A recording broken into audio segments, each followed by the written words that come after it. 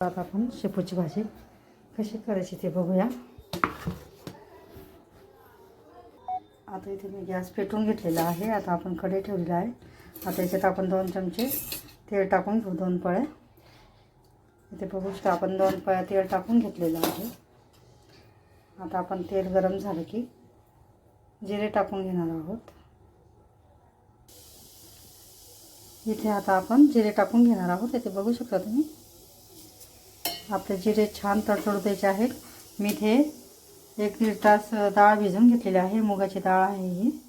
शेपूच्या भाजीमध्ये आपण ही मुगाची डाळ भिजवून टाकली ना, खूप छान भाजी तयार होते। इथे बघू शकता आपली डाळ छान भिजलेली आहे।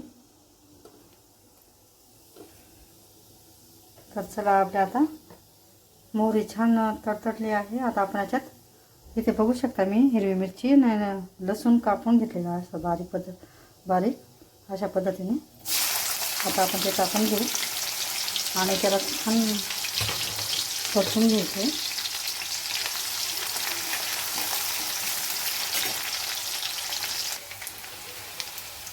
इथे बघू शकता आता आपली हिरवी मिरची छान परतून झालेली आहे। आता आपण थोडी हळद टाकून घेणार आहोत, अर्धा चमचा। भाजी टाकून झाली की आपण आता डाळ टाकून घेणार आहोत। इथे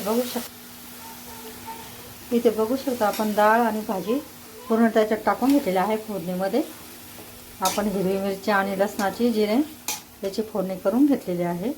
अशा पद्धतीने आपण छान मिक्स करून घ्यायचे। आता याला छान 10-15 मिनिटं आपण याला वाफेवर होऊ देणार आहोत। अशा पद्धतीने आपली शेपूची भाजी तयार होते आणि हे खायला पण येणार आहोत। अशा पद्धतीने तुम्ही पण भाजी नक्की करून बघा। व्हिडिओ आवडल्यास लाईक करा, शेअर करा, सबस्क्राईब करा। व्हिडिओ बघितल्याबद्दल सगळ्यांना माझे धन्यवाद।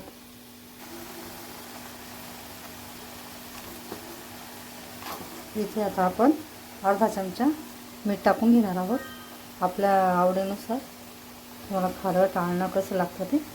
आता हे मीठ टाकून आपण छान हलवून घ्यायचं आहे, मिक्स करून घ्यायचं आहे सगळं आणि याला 10-15-20 मिनिटं आपण याला वाफेवर होऊ देणार आहोत। या भाजीला आपली भाजी छान शिजवून तयार होते। ही भाजी तुम्ही शेपूची भाजी भाकरीसोबत पोळीसोबत पण तुम्ही खाऊ शकता।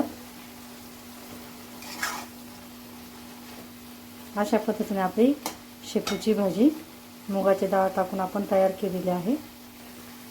लाईक करा, सबस्क्राईब करा।